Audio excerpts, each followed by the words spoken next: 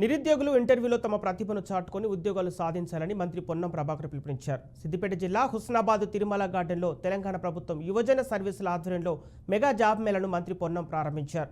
ఇప్పుడు ఉద్యోగం రాని వారు నిరాశ చెందకూడదని, త్వరలో మళ్లీ మెగా జాబ్ మేళ నిర్వహిస్తామని స్పష్టం చేశారు.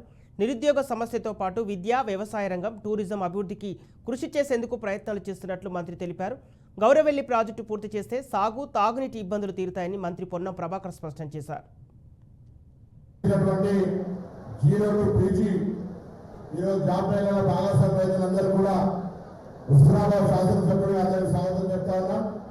దయచేసి నిర్మలంగా రాత్రి 10 అయినా పర్వాలేదు, ఎవరు కూడా మీకు ఒకటే కాదు 4 జాగాలు 5 జాగాలు ఎక్కడ కూడా మీకు అవకాశం మనకి కనిపిస్తే అక్కడ ఇంటర్వ్యూ అటెండ్ కావచ్చు. కొద్దిసేపటి తర్వాత భోజనాలు కూడా స్టార్ట్ అవుతాయి. కొంత రష్ అనిపిస్తే కొంతమంది భోజనాల కాలం, కొంతమంది ఇక్కడ ఏ విధంగానే అందరూ కూడా సంతకం కోరి కొంచెం హాల్ చిన్నగా అయింది.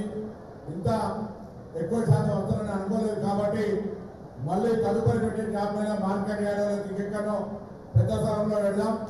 దాని ప్రకారంగా ఇప్పుడున్న దాంట్లో కొంత అప్డేట్ చేసుకోమని మీరందరూ కూడా హృదయపూర్వకంగా కోరుతా ఉన్నారు.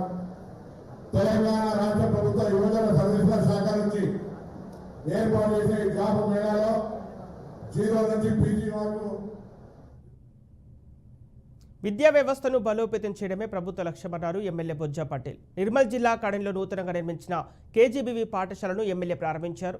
రాష్ట్ర ప్రభుత్వం పాఠశాలలో అన్ని రకాల సౌకర్యాలతో నిర్మాణ పనులు చేపడుతోందన్నారు. ప్రైవేట్ పాఠశాలలకు దీటుగా ప్రభుత్వ పాఠశాలల్లోనూ ఆంగ్ల మాధ్యమంలో విద్యను బోధించడం జరుగుతుందన్నారు. విద్యార్థులు బాగా చదివి ఉన్నత శిఖరాలను అధిరోహించాలని కోరారు.